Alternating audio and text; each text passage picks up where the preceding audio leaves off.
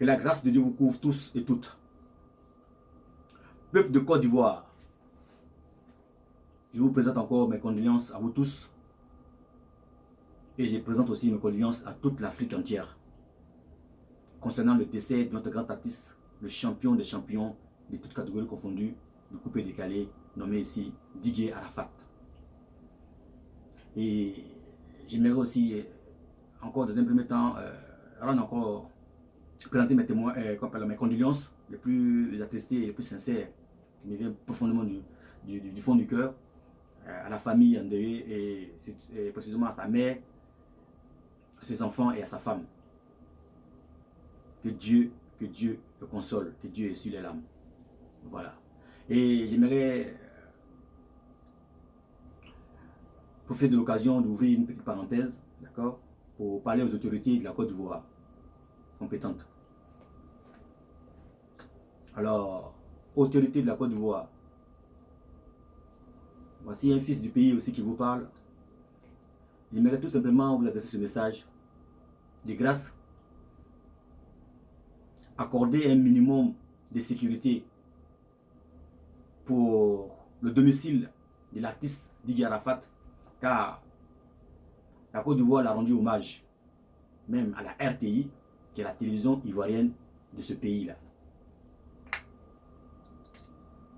La Côte d'Ivoire l'a rendu hommage, dans un premier temps, à la télévision. Ce qui veut dire que ce n'est pas n'importe qui. Ce qui veut dire aussi que la Côte d'Ivoire reconnaît qui est Didier Arafat et qu'est-ce qu'il a fait pour le pays. Il a apporté la musique ivoirienne plus loin, même en dehors même des frontières de la Côte d'Ivoire.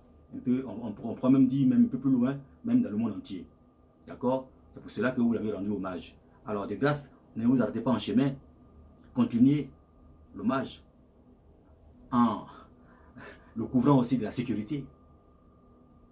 Le monde qui se trouve autour de sa maison, mais c'est risqué. On aurait appris que sa maison serait cambriolée, sa mère battue, ainsi que ses frères. Et ces individus mal intentionnés, à la recherche de l'argent, donc des billets de banque, n'ont même pas eu le respect pour la mémoire de leur artiste, mais de leur frère, qui venait fraîchement de nous quitter, dont la plaie est encore fraîche. La douleur est encore là. Et j'aimerais en même temps profiter aussi de l'occasion de dire que, voilà, même si il y a eu des paroles fortes, ça et là, mais c'est à cause de la souffrance que chacun de nous vit et la douleur pour la disparition de nos frères, de notre artiste, et que par la colère, les gens arrivent à s'exprimer pour montrer un peu leur indignation. Voilà. Donc, mais néanmoins, il faudrait que nous ayons la tête sur les épaules et que nous sachions bien ce que nous faisons et que nous contrôlons nos dits, nos langages et aussi ce que nous faisons. Ce sont des actes. Éviter les actes de barbarie. Ça n'a rien à voir avec la mort d'un artiste qu'on aime bien. Non, non, quand on aime bien un artiste, normalement, on est discipliné et on prouve par ses actes l'amour qu'on a pour cet artiste et dans le respect de son âme. Je ferme la parenthèse très rapidement. Je vous remercie. Maintenant, ce qui m'amène devant vous est le suivant. Alors, donc, concernant le pasteur qui voulait prier sur le corps de notre artiste, le champion des champions de toutes catégories confondues, du coupé décalé, nommé ici Didier Arafat, paix et que la terre lui soit légère. Paix à son âme. Voilà. Alors, concernant ce pasteur-là qui est venu pour mettre la Côte d'Ivoire sur un pied pendant 5 jours, en démontrant réellement la foi qu'il avait pour Dieu aux yeux de tout le monde. Et il a en même temps apporté un message très fort. Dieu passe par lui pour nous apporter un message très fort pour notre pays, la Côte d'Ivoire. Et on a su maintenant, et on a su ce jour-là, depuis l'apparition de ce pasteur, nous avons suivi, nous avons bien compris que dans notre pays, la Côte d'Ivoire, il n'y a pas d'homme de Dieu sérieux ou d'homme de Dieu qui soit rempli de l'onction de Dieu, donc de l'Esprit de Dieu. Ils sont vides, comme des coquilles vides, et qui sont sans valeur devant Dieu. Dieu l'a démontré par A plus B. Le fait que Dieu aille prendre quelqu'un d'ailleurs, dans notre quartier, qui n'est même pas connu, alors qu'il y a plusieurs pasteurs en Côte d'Ivoire qui font beaucoup de bruit, beaucoup de boucans, en nous parlant de délivrance, de guérison. Ils font des affiches, des manières de tout faire, pour pouvoir extorquer le peuple. Alors, ils font des affiches en disant que nous allons faire une convention de délivrance et de prière pour les malades. Des miracles extraordinaires vont s'opérer. Des choses impossibles deviendront possibles. Des paralytiques vont marcher. Des malades seront guéris. Des femmes vont se marier. Des hommes et des femmes vont voyager. Ils auront du boulot, du travail. Et voire même les morts, s'il y en a, qui vont ressusciter. Alors, entre ces pasteurs menteurs là, qui se nomment révérends, je ne dirais même pas révérends, ce sont des révénants. Il n'y a pas de révérends en Côte d'Ivoire. Ce sont des révénants. Oui. Des sorciers. Des démons qui viennent de la Bible de l'enfer. Donc, pas des révérends. Il y a révérends et puis il y a révénants. En Côte d'Ivoire, on a vu que par cet homme de Dieu là, Dieu a démontré que ce ne sont pas des révérends qui sont en Côte d'Ivoire, mais ce sont des révénants qui sont en Côte d'Ivoire. On nous parle des bishops. Que si jamais eux, ils n'apportent pas l'approbation, si un pasteur qui veut fraîchement exercer en Côte d'Ivoire, tant que ce bishop n'a pas apporté sa approbation sur l'attestation de fonction à mettre en évidence dans ce pays-là, de ce pasteur qui vient fraîchement de commencer à faire l'œuvre de Dieu, alors ce pasteur ne pourra pas exercer parce qu'il n'a pas l'approbation de c'est un bishop. Ce n'est pas bishop, c'est bissap. C'est qu'on boit en Côte d'Ivoire là. Ouais, le jus bissap là, c'est ça. Parce qu'il n'y a pas de révérend, il n'y a pas de bishop. Déjà, la Côte d'Ivoire n'est pas un pays anglophone déjà. Veuillez nous excuser. Ça, ce sont des mots, des titres de marmailleurs. Or, tous ceux qui sont marmailleurs viennent du diable. Parce que le diable est le chef même des marmailles même. Le chef des marmailleurs, c'est le diable. Parce que allez voir un peu de la définition du mot marmailleur là. C'est un désordre de vol et de pillage organisé et désordonné. Organisé dans le sens où vraiment c'est tellement bien fait pour faire du mal aux gens et désordonné dans le sens où il frappe à la porte de tout le monde. Il tape dans tout ce qu'il voit, même ceux qui sont même infimes. Il les prend quand même de l'argent. Comment on peut avoir des bergers qui grossissent et les brebis maigrissent? Comment ça? Ils sont bien cravatés, bien sapés. Et puis les brebis sont tout sales. Ils conduisent de grosses voitures et ils dépassent même les fidèles en partant à l'église les dimanches. Il est seul dans la voiture, mais ils sont deux, le chauffeur et lui. Et il y a deux personnes, deux frères en Christ qui sont marchés pour aller dans son église. Hein. Mais moi, la moindre des choses, c'est de les prendre en route. Mais non, ils ne le font pas. Bon, bref, le pasteur nous a démontré que Dieu passe par une et mille manières pour nous montrer et pour nous ouvrir les yeux qu'en Côte d'Ivoire, il n'y a pas de pasteur qui soit de Dieu. Et Dieu va prendre quelqu'un qui est jusqu'à, je ne sais pas où, dans un bidonville d'un quartier d'Abidjan appelé Abobo. Ça veut tout dire. Ça veut dire qu'effectivement, ceux qui sont même dans les quartiers IP sont vides. Il n'y a rien en eux et Dieu ne le connaît pas. Parce que, Élie, ou bien, je commence par d'abord le commencement. Noé ne peut pas être là pour que Dieu puisse prendre quelqu'un d'autre pour venir construire l'arche de Noé. C'est impossible.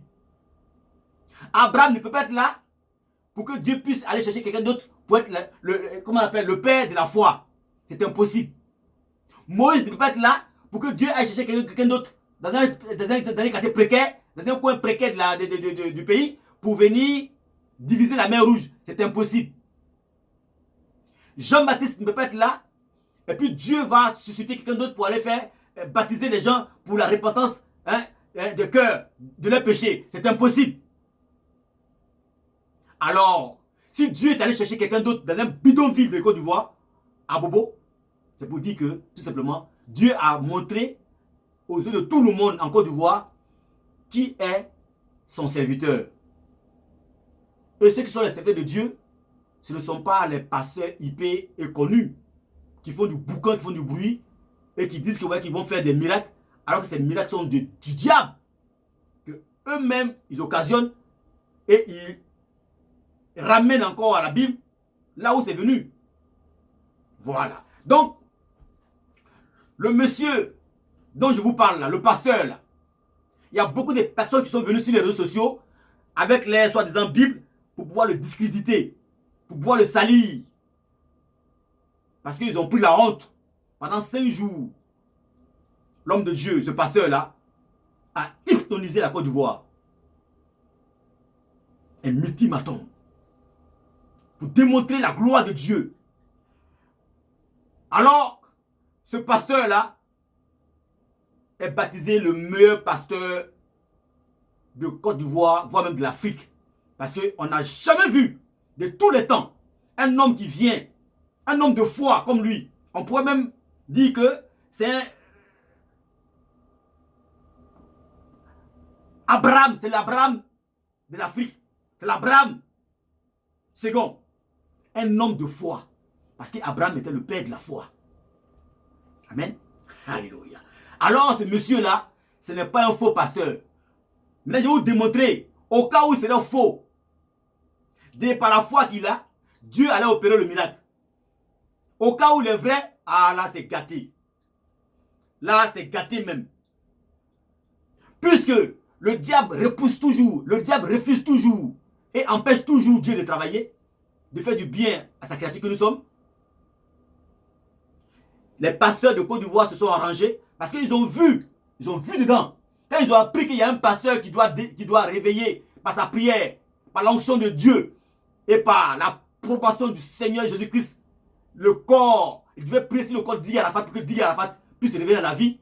Mais ces pasteurs sorciers là, marmailleurs là, qui sont des révérends, alors qu'ils se disent qu'ils sont des révérends, alors qu'ils sont des révérends, qui se disent qu'ils sont bishops, alors qu'ils sont des bissaps, d'un commun accord avec des marmailleurs, un marmailleur, le grand marmailleur de tous les temps, de l'Afrique de l'Ouest, est bel et bien, ces pasteurs-là, et en tête, les petits là, Makosso là, le menteur de tous les temps là. Et écoutez un peu ce qu'il disait dans une de ses vidéos. Quand ils ont appris que il y a un homme de Dieu qui veut ressusciter Arafat, ils savent très bien ce qu'ils ont fait. C'est un réseau, c'est un groupe de personnes, de sorciers. Ils ont tué l'enfant et ils savent très bien que Dieu a levé la tête. Il a dit, mais c'est pas possible. Parce que là où Dieu vient, c'est que le diable a foutu le bordel. Et Dieu vient parce que Dieu sait que tous les yeux du monde entier étaient sur cette affaire-là. Du pasteur qui allait prier pour Didier Arafat. Afin que Dieu puisse le ressusciter. Donc Jésus-Christ de Nazareth puisse le ressusciter. Parce que le pasteur a dit qu'il vient de la part du Seigneur Jésus-Christ. Et tout le monde sait très bien qui est Jésus-Christ de Nazareth. Et ce qu'il a fait de son vivant ici sur la terre. Et il vit encore parce qu'il est vivant aujourd'hui, hier et éternellement. Hébreux 13, verset 8. Alléluia. Que son nom soit loué. Alors, on vient nous dire que ce monsieur, ce pasteur-là, était un faux pasteur. Au cas où il était faux, Dieu allait opérer le miracle. Au cas où il est vrai, Dieu allait encore opérer le miracle, mais de façon plus encore spectaculaire. Je vais vous démontrer par A plus B pour faire taire tout mensonge. Il y a beaucoup de personnes qui sont venues sur les réseaux sociaux pour amener les fraises. Il y a des gens qui ne sont même pas croyants, qui se permettent de prendre la Bible pour vous expliquer qu'il est faux pasteur, c'est un faux prophète. C'est n'importe quoi. On va prendre la Bible et on va se mirer dans la Bible. Car les écrits restent et les paroles s'envolent. Les gens ils ont parlé de Dieu, ils ont pris la Bible, mais non, ils ont cité quelques versets qu'ils ne comprennent même pas. Il y a même des pasteurs qui sont venus pour discréditer ce monsieur-là. Alors que normalement, d'un commun accord, ils doivent se joindre à ce monsieur-là, puisqu'il parle de notre Seigneur tous. Ceux qui ont la foi en Dieu, Jésus-Christ, il est notre maître. Il est le Seigneur des seigneurs, le roi des rois, et le Dieu véritable. 1 Jean 5, 20 est clair. Voilà. Alors, s'il y a des pasteurs en Côte d'Ivoire, les bonnes manières auraient bien voulu que ces pasteurs-là se réunissent pour faire appel à cet homme de Dieu, à ce pasteur-là, pour s'entretenir avec lui. comme cela se fait dans les règles de l'art. On a vu Paul, qui était autrefois Saul de Tarse. Alléluia. Lorsqu'il a reçu la visite du Seigneur Jésus-Christ, lorsque Jésus-Christ l'a croisé sur la route de Damas, avec une grosse lumière, et l'a projeté par terre, par la puissance, l'onction divine, de la lumière, de la vérité et de la puissance, de la sainteté, Saul de Tarse, qui était celui qui persécutait les chrétiens autrefois, sur la route de Damas, il allait persécuter les chrétiens, il allait prendre encore les chrétiens pour les faire du mal. Et sur la route, il a croisé le chef des chefs, le roi des rois, le Dieu véritable, créateur du ciel et de la terre, l'alpha et l'oméga, le premier et le dernier, le commencement et la fin, celui en qui il n'y a aucune nombre de variation. Et par qui toute chose a été créée. Pourquoi Abraham n'a pas apparu à Paul? Pourquoi Noé n'a pas apparu à Paul? Pourquoi c'est pas Jean-Baptiste qui a apparu à Paul? Pourquoi c'est encore Jésus-Christ de Nazareth, s'il est un saint prophète? Pourquoi c'est lui qui apparaît? Il n'est pas le plus grand parmi tous les prophètes. Si on veut voir par ordre hiérarchique et chronologique. Mais non. Mais Jean-Baptiste a dit que il viendra un plus grand que moi. Celui-là, il m'a précédé. Et Jésus-Christ a dit, même avant qu'Abraham ne fût, je fus. Donc ça veut dire que c'est vraiment quelqu'un qui vivait déjà au préalable. Et c'est l'esprit pur qui est le Dieu véritable. Jean 4, verset 24, Dieu est esprit. Alors Jésus-Christ est l'esprit qui est venu sur la terre en prenant une chair humaine. Jean 1, 1 à 14. C'est propre. Voilà. Donc ceux qui ne connaissent pas la parole de Dieu, des petits gars qui sont, c'est pas quoi, c'est Internet qui prennent quelques passages de la Bible et puis ils viennent dire, oui, mais c'est pas parce qu'on vous écoute que vous avez quelques vues que vous allez croire que vous allez rentrer dans la Bible pour rencontrer des conneries. Cet homme-là, c'est un homme de Dieu. Au cas où il n'est pas homme de Dieu, la foi qu'il avait, on va voir. Qu'est-ce qui déclenche un miracle? Il n'y a personne sur la terre des hommes ici qui peut me dire le contraire. Que c'est seule la foi qui déclenche un miracle. Seule la foi. Celui qui n'a pas la foi, comme un grain de sénévé, ne peut rien faire. Et on va voir ce que Jésus-Christ, le roi des rois, le champion de toutes catégories confondues, des miracles, qu'est-ce qu'il nous dit? Le Dieu véritable, qu'est-ce qu'il dit par rapport à la foi? Et pour pouvoir faire un miracle, pour pouvoir décanter un miracle de la part de Dieu, qu'est-ce qu'il faut avoir?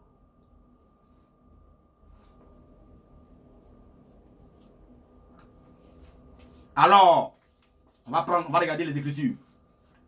Au cas où cet homme de Dieu qui est venu nous dire qu'il pouvait prier sur le corps de Di Arafat pour que Dieu le ressuscite, parce qu'il avait l'approbation du Seigneur Jésus-Christ qui est le Dieu véritable, alors au cas où il ne serait pas vraiment envoyé de Dieu et étant croyant, ayant la foi en lui, qu'est-ce qu'il nous dit la Bible pour appuyer ça, pour enfoncer le clou, pour faire taire toute bouche jalouse envers cet homme de Dieu pour le salir? C'est un homme de Dieu. Au cas où il n'est pas homme de Dieu, voici ce qu'il dit la parole de Dieu. Écoutons très bien la parole de Dieu. Jean 14, verset 12 nous dit quoi? C'est Jésus-Christ qui prend la parole et qui parle de sa propre bouche. Il dit ceci. Accrochez-vous. Jésus dit ceci. En vérité, celui qui croit en moi fera de plus grands miracles que moi. Déjà, le pasteur croit. Il est venu, il a dit que si vous me laissez en possession du corps de l'artiste Di Arafat, car je viens sur mandat du Seigneur Jésus-Christ de Nazareth, le Tout-Puissant, celui qui est, qui était et qui vient bientôt. Et puisqu'il est croyant, il démontre son acte de foi. Parce que c'est par la foi que tout se déclenche. C'est par la foi que tout miracle s'opère. S'il vous plaît, les menteurs, là, les petits youtubeurs menteurs, là, arrêtez de mentir sur la parole de Dieu. Si tu ne sais rien, tais-toi. Et renseigne-toi. Avant de venir ramener ta fesse pourrie là. Tous ceux qui sont venus dire des conneries sur le pasteur, c'est des faux. C'est des gens qui ne croient pas en Dieu. Et ils croient que c'est parce qu'on a des vues qu'on peut venir dire des conneries. Arrêtez vos conneries là. Aussi longtemps qu'il y aura des hommes qui vont venir raconter des conneries, ils vont nous trousser les chemins. Concernant Dieu. Voilà. Ça fait 34 ans que je crois en Dieu. Je ne suis pas pasteur, je ne suis pas apôtre, je ne suis pas évangéliste, je ne suis pas un docteur de la loi, ni voyant prophète. Mais attention, la parole de Dieu, celui qui croit et qui aime Dieu, attention, il a un bagage important en lui. Et ce que je sais de la Bible, alors franchement, est très important et très utile pour moi pour pouvoir convaincre, me défendre et m'ouvrir, frayer un chemin par la parole de Dieu afin d'atteindre mon objectif qui est le ciel à travers la croyance en Jésus-Christ de Nazareth. Alors, Dieu nous dit ceci dans Jean 14 verset 12 que celui qui croit en lui, c'est Jésus qui dit, celui qui croit en lui fera de plus grands miracles que lui. Alors, ce monsieur qui était le pasteur qui est venu voir, comment on appelle, qui est venu voir les parents et l'autorité pour dire que, ouais, qu'on lui donne l'autorisation de pouvoir faire ce qu'il devait faire par l'approbation du Seigneur Jésus-Christ, est bel et bien dans les attitudes. Et de deux, il y a des gens qui disent que pourquoi il ne prie pas à la maison et puis il vient poser des conditions. Oui, il doit poser des conditions. Pourquoi? Parce que Dieu dit qu'il n'est pas un Dieu de désordre. 1 Corinthiens 14 verset 33. Notre Dieu que nous louons là, c'est pas votre Dieu là, le Dieu des Makoso, le Dieu des bishops, les bisapes là. Non, non, non, des revenants là. C'est pas le Dieu. C'est le Dieu créateur du ciel et de la terre qui vient pour dire que il est un Dieu d'ordre. Alors il doit forcément être ordonné et passer par des choses qui sont vraiment dans l'ordre. Même quand Jésus-Christ voulait guérir les malades, on va prendre Jésus-Christ parce que c'est le chef des chefs, de celui-là qui a fait tous les miracles époustouflants dans la Bible. Et c'est lui le maître des temps et des circonstances des temps. Alléluia. Alors, on va prendre Jésus-Christ.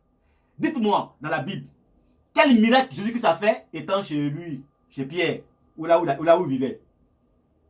Quel miracle que Jésus-Christ a fait à distance, étant à la maison? Quel miracle Jésus-Christ a fait sans approcher le malade?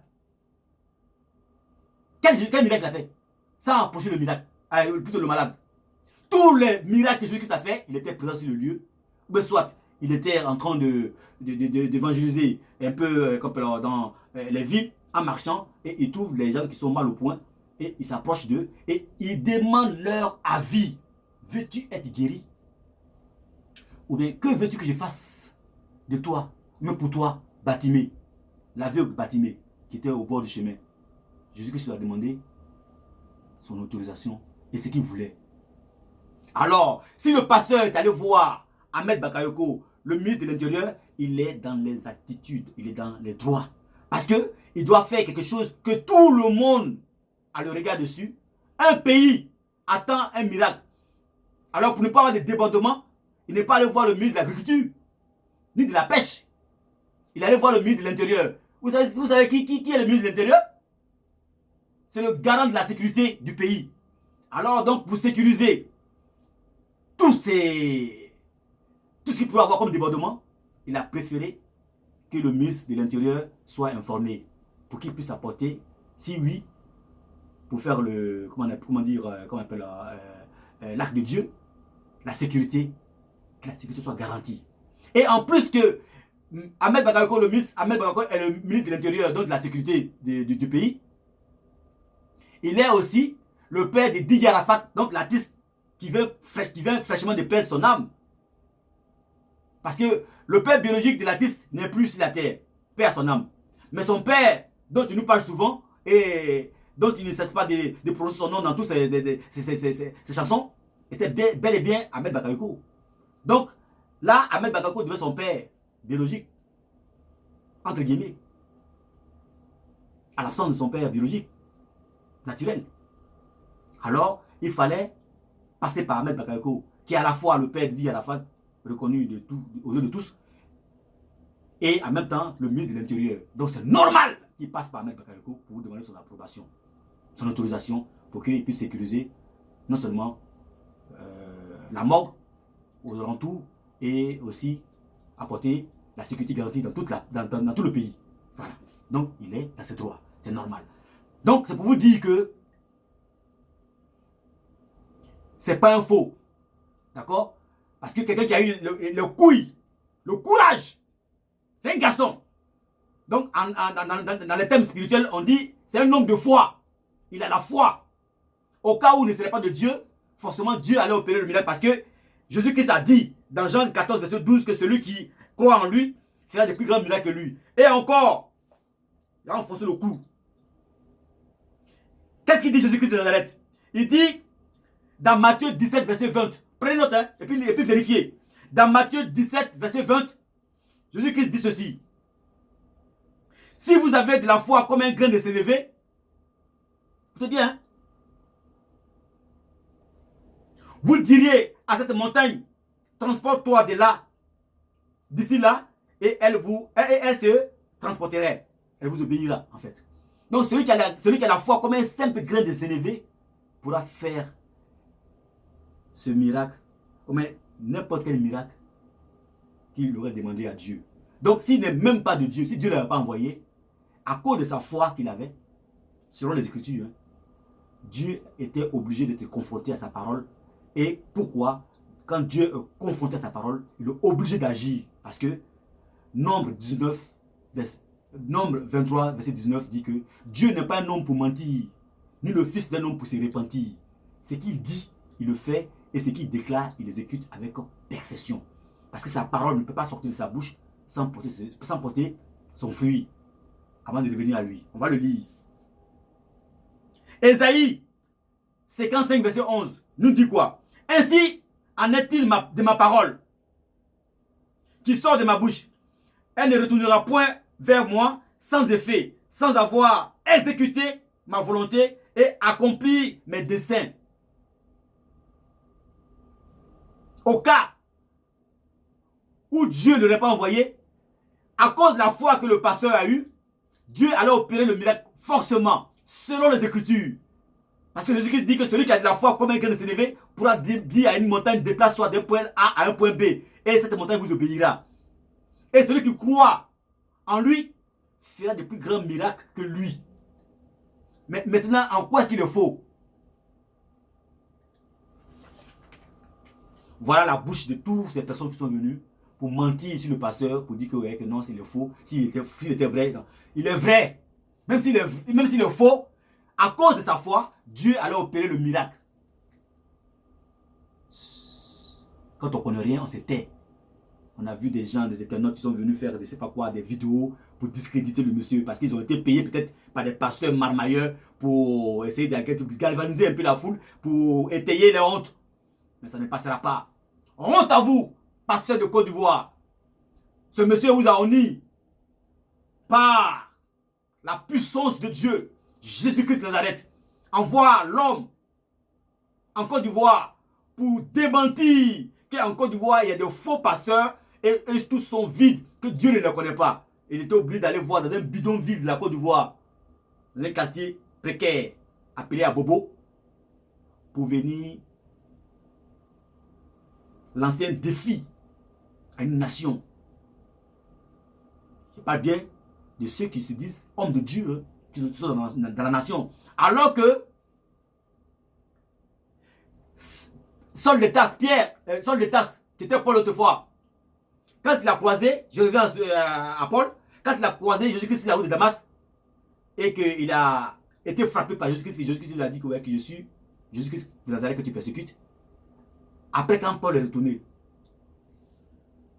il est allé voir Pierre, Jean, Jacques, pour leur annoncer cette nouvelle, que maintenant, il n'y a plus Saul de Tarse qui persécutait autrefois les chrétiens. Maintenant, il est devenu apôtre de Jésus-Christ, parce que Jésus-Christ vraiment s'est révélé à lui. Qu'est-ce que ont fait Pierre, Jean et Jacques? Ils l'ont écouté attentivement. Parce qu'en même temps, Dieu avait baptisé du Saint-Esprit Paul. Ils ont écouté le discours de Paul. Et ils ont trouvé en travers le discours de Paul que le même discours de tous ceux qui ont reçu l'Esprit de Dieu et qui sont avec Jésus-Christ d'un commun accord. C'est pareil. Et effectivement, il y a eu communication d'esprit. Parce que quand on est croyant, confirmé, on est scellé par l'Esprit de Dieu. Et cet esprit-là demeurerait en nous éternellement. Alors, moi qui vous parle, c'est parce que j'ai le droit de parler de Dieu. Parce que j'aime Dieu et je suis croyant et je suis fermement croyant en Jésus-Christ de Nazareth. Je crois en Dieu, mais dans la personne du Seigneur Jésus-Christ manifesté en chair il y a 2000 ans passé de cela, à Jérusalem. en Israël et qui a été crucifié pour chacun de nous, afin que de par sa mort, nous puissions passer des ténèbres à la lumière à travers son sang pour effacer nos iniquités. Et après, 3 jours après, il a été élevé par sa propre puissance dans le ciel. Et il est assis à la droite du Père. Alors, s'il vient en Côte d'Ivoire pour démontrer, pour démasquer le diable, pourquoi Houphouët-Boigny est mort, il n'y a pas eu de prière qui a été demandée à faire. Mobutu est mort, il n'y a pas eu de prière qui a été demandée à faire par un homme de Dieu. Il y a beaucoup de personnes, même Désir Champion est mort, paix à leur âme. Il n'y a pas eu de prière exceptionnelle demandée à leur égard. Mais c'est parce que notre artiste Arafat a été sacrifié par des marmailleurs et des mystiques. La franc-maçonnerie. Leur groupe là, remarquez, tous ceux qui ont refusé à ce que le pasteur prie, c'est le groupe maçonnique là. Eux tous. Et si vous voyez que ces pasteurs là se sont comportés de la sorte, parce qu'ils ont pris la grosse honte du monde. Et c'est ce que Dieu voulait faire. Il voulait encore honir. Donc on a loupé un grand événement, d'un miracle que Dieu allait faire. Dans tous les deux cas, au cas où le faux, au cas où le vrai, le miracle allait s'opérer. Au cas où le faux, il a la foi. Or, Jésus-Christ dit que celui qui croit en lui fera les plus grands miracles que lui. Jean 14, verset 12. Alors, et en plus, vraiment, c'est pas possible. On va lire encore. Il y a dans Malachie 3, verset 10, Dieu dit, mettez-moi de la sorte à l'épreuve. Alors, au cas où il n'était pas vrai, mais il a quand même mis Dieu à l'épreuve. Alors que Dieu, si tu le mets à l'épreuve, aux yeux de tout le monde, où tout le monde sait que tu as dit son nom, que c'est lui qui doit faire le miracle, et puis il ne le fait pas, mais Dieu va s'en ir. Oh, Dieu ne peut pas s'en ir. Il ne peut jamais échouer dans un combat. Dieu n'échoue jamais. Même s'il était faux, le pasteur. Mais il a quand même mis Dieu à l'épreuve. Malachie 3, verset 10. Dieu dit, mettez-moi de la sorte à l'épreuve. Alors il a mis Dieu à l'épreuve. Ce qui veut dire que si on l'avait laissé prier, Dieu allait forcément faire quelque chose. Parce que Dieu ne garde pas son nom. Hein. Dieu ne peut pas s'en ir. C'est pour vous dire qu'en un mot, cet homme de Dieu était vraiment un homme envoyé de Dieu. Ou s'il n'est pas un homme envoyé de Dieu, Dieu forcément allait opérer le miracle. Il fallait tout simplement le laisser prier. Il fallait tout simplement le laisser prier. Car le corps de Didier Arafat, ce n'est pas la nourriture de quelqu'un d'autre. Ou bien c'est la nourriture de franc-maçonnerie. Vous allez manger son corps? Dites-moi, est-ce que le corps de Didier Arafat là, c'est la nourriture de la franc-maçonnerie? Des pasteurs marmailleurs? Qu'est-ce que ces pasteurs allaient faire, ceux qui ont refusé la prière là? Qu'est-ce qu'ils allaient faire du corps?